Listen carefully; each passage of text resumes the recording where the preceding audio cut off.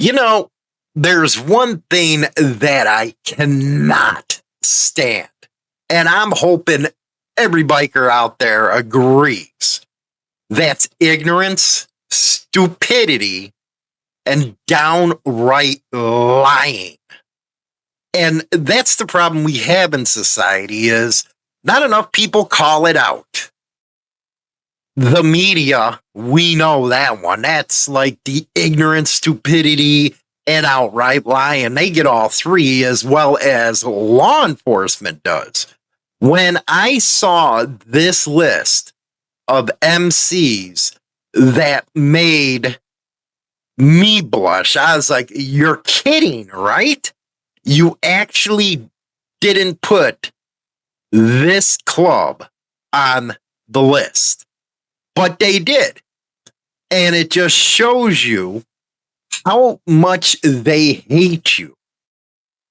It also shows you the length they will go to destroy somebody's life for being a part of an organization that they've been fed for years and years, or either that all their life by law enforcement. They're bad people. They're gangs. And I do admit, man, hey, man, clubs have a small part or, a large part in the image that they get. Hopefully one day the leaders, put all these people in their place and say enough's enough, man, with the attention. Because if you look at it, is that truly a brother who brings attention to the motorcycle club? Not in my case, not in my thinking, man. But anyway, you'll never guess. Let's go to this right now, man. You'll shake your head too. And in the comments section, let me know what you think of this list.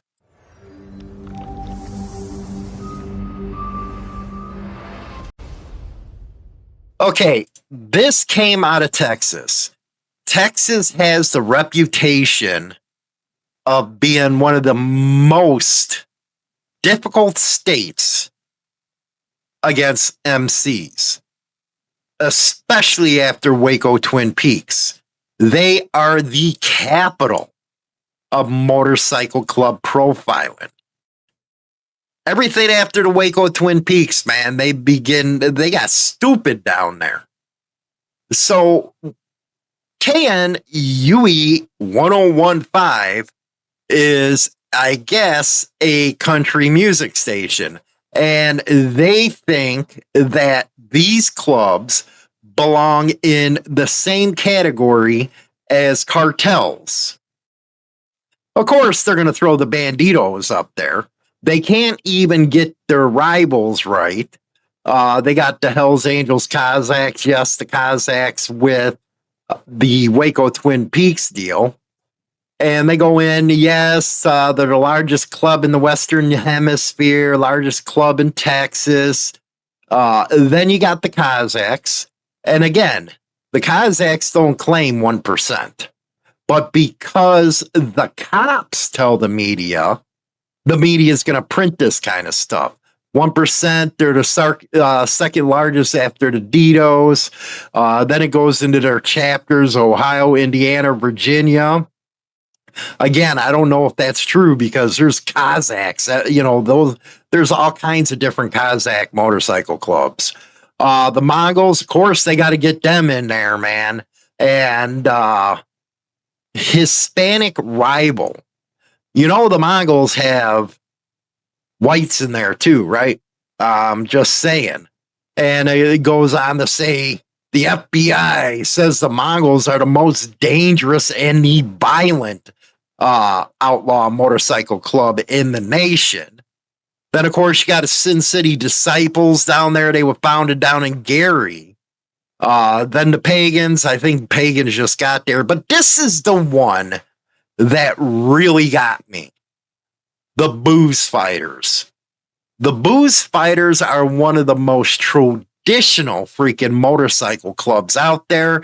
They have nothing to do with the politics or any of that stuff. They're a bunch of guys who like getting around, riding, having a beer, and having fun. But because local officials, police consider them a 1% club. But I do like that they put, but the club has never identified itself as one of, a 1%er. That's great. And yes, it's one of the oldest existing MCs in the United States, not the world.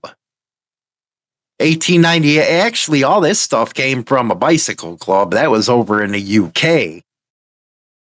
But for them to put the booze fighters on this list with some of these other criminal organizations, and all this has to do with clubs too. They shouldn't have MCs with some of these other ones that I'll put up. Then, of course, Kinfolk and Banshees.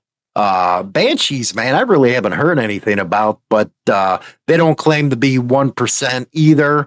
They're more, and the reason why you don't hear about them, man, they're an old school club too, and they don't get into the news a lot. But here is what they equate these MCs.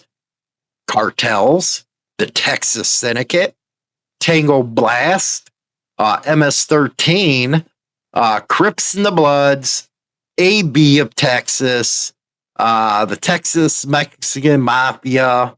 Yeah, they got Bandidos smack dab in this list. The Bandidos are one of the largest outlaw motorcycle gangs in the U.S. and have their headquarters in Texas. They have been involved in various criminal activities. You mean their membership has? I can always go and show you that law enforcement, they have more people arrested than the clubs do, even in a 1%. Tango is in there. So that's what they're putting these clubs in company with. And again, this is KNUE. Maybe, you guys get over there in their comment section and let them know how freaking ignorant they really are. Like I said, stuff like this can ruin somebody's life. Say if your employer knows that you're a member of the Bandidos. Next thing they know, you're getting fired because of your affiliation with a motorcycle club, even though you haven't done a dang thing, they'll still fire you. Or you're running down the highway, and this is one thing that a lot of people don't understand, is motorcycle club profiling. And it's sad because that's what comes to mind as MCs, but more independents get profiled than anything. Think about that for a second. Why? Because you're running around, oh, you're a biker, so you must be criminal. You ever walk into a restaurant because you got tattoos all over or you have leather on, and the fear that you see in people's eye? That is the media. That is law enforcement doing it. But it gets worse if you're wearing a patch. So what do you think about the clubs, especially the booze fighters being put on this list? That is freaking insane, man. And that's the definition of ignorance when you put a club like that in a list. And it's even more ignorant putting the Bandidos or any other MC that's big on the list that you did of these gangs and cartels and stuff. Anyway, don't forget to join members only, baby. You'll get Motorcycle Madhouse over there on Mondays and Fridays. Don't forget to buy the book. Rock on.